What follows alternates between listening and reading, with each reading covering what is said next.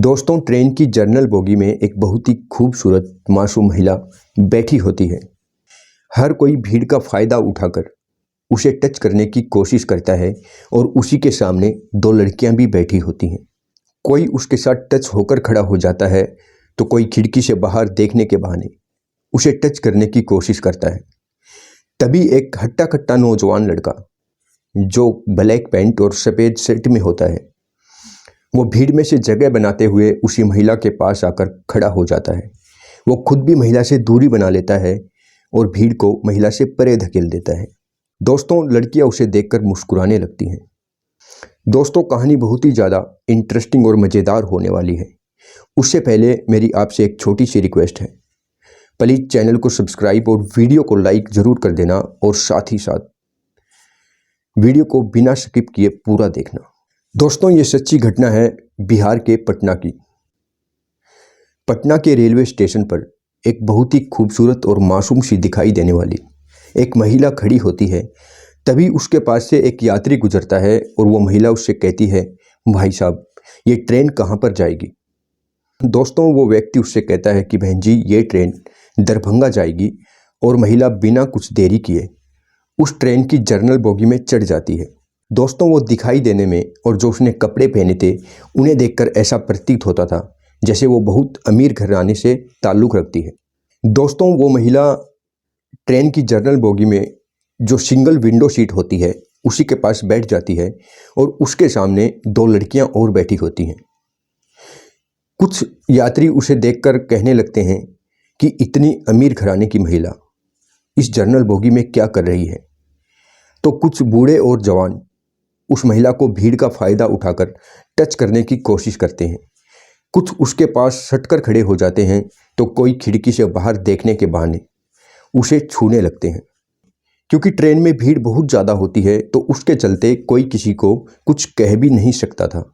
वे दोनों लड़कियां आपस में बात करने लगती हैं कि कितना ख़राब ज़माना आ गया है कि बूढ़े से लेकर जवान तक भी किसी की मजबूरी का फ़ायदा उठाने से चूकते नहीं। दोस्तों, तभी एक हट्टा कट्टा नौजवान ब्लैक पैंट और सफ़ेद शर्ट में उस बोगी में चढ़ता है और उसे देखते ही एक लड़की कहती है कि अब इसी की कमी थी जो ये भी यहाँ पर आ धमका।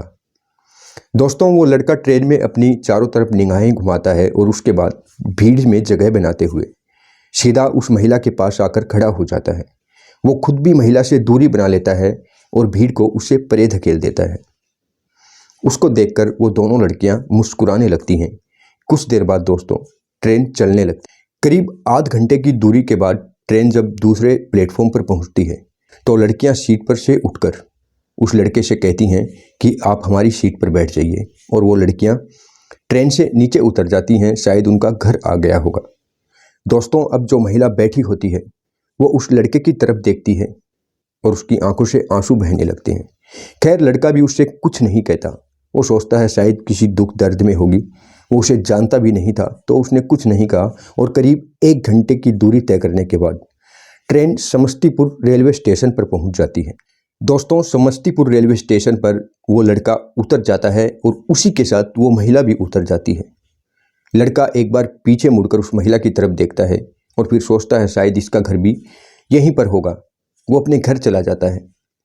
पर जो महिला होती है दोस्तों, वहीं रेलवे स्टेशन पर जो सीमेंट की कुर्सियां होती हैं उन पर बैठ जाती है और पूरी रात वहीं पर बैठी होती है।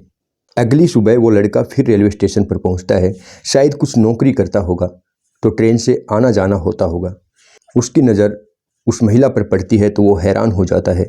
और दोस्तों, हिम्मत करके वो उस महिला के पास जाता है और कहता है, मैडम जी, आप कल से यहीं बैठी हो, आप घर नहीं गई। महिला ये बात सुनते ही रोने लगती है। दोस्तों, वो लड़का भी उसी के पास बैठ जाता है और तभी वहाँ से एक चाय वाला गुजरता है।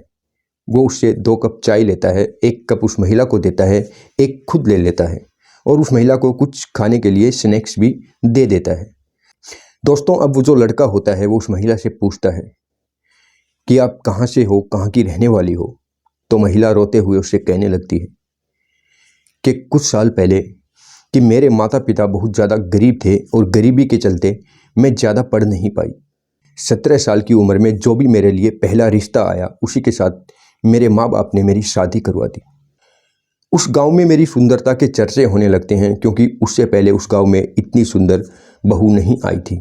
तो कुछ दबंग लोगों की बुरी नीयत उस लड़की पर टिक जाती है, और जो उसका पति होता है 5-7 दिन तक तो सही रहता है, और उसके बाद दोस्तों शराब पीने लगता है। शायद वो पहले भी पीता होगा और उसने शादी के लिए कुछ दिनों तक छोड़ दी होगी।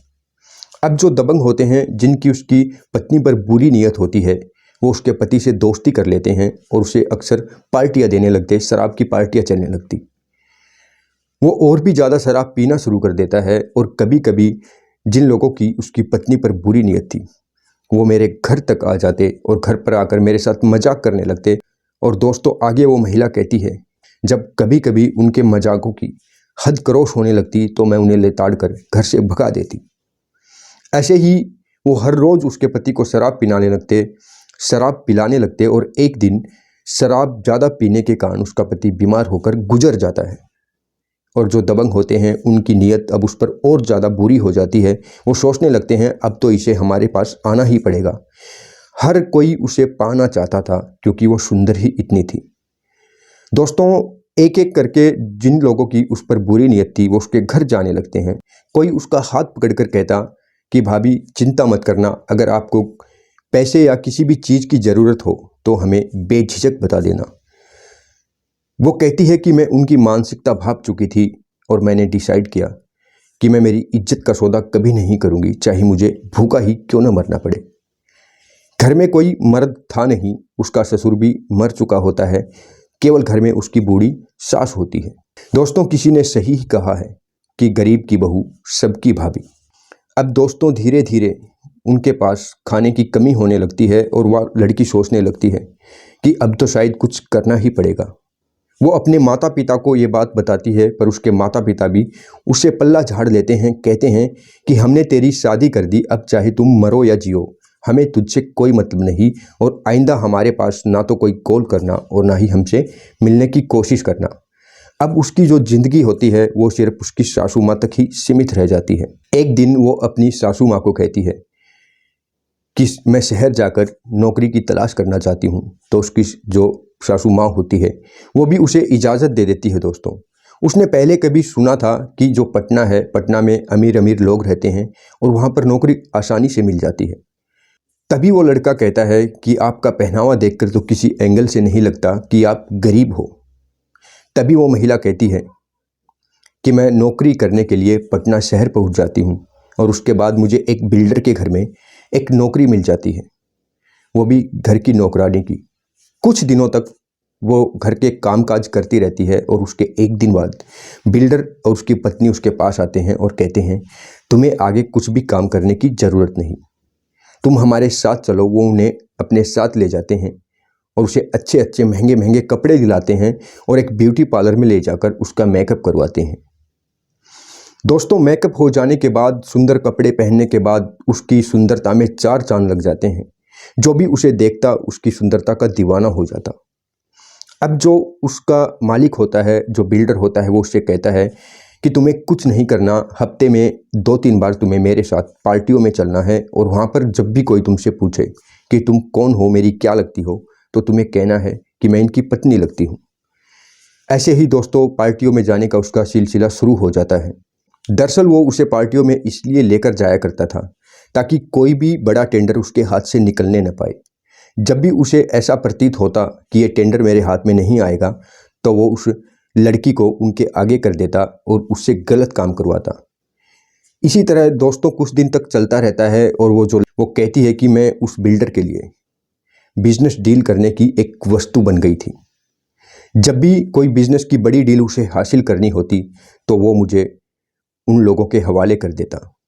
अब उसका धंधा बहुत ज़्यादा फलने फूलने लगता है। और महिला रोते हुए कहती है कि मैंने वहाँ से भागने की काफ़ी कोशिश की, मगर मैं हर बार पकड़ी जाती, क्योंकि मेरा कोई बड़ा बैकग्राउंड भी नहीं था और ना ही मेरे पीछे कोई मर्द था।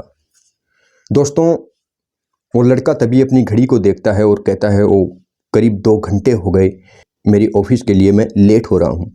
खैर कोई बात नहीं, आज मैं छुट्टी कर लेता हूँ। और वो उसी के पास बैठा रहता है। आगे महिला कहती है कि मुझे एक दिन वहाँ से भागने का मौका मिल जाता है, और मैं भागकर यहाँ तक पहुँच गई।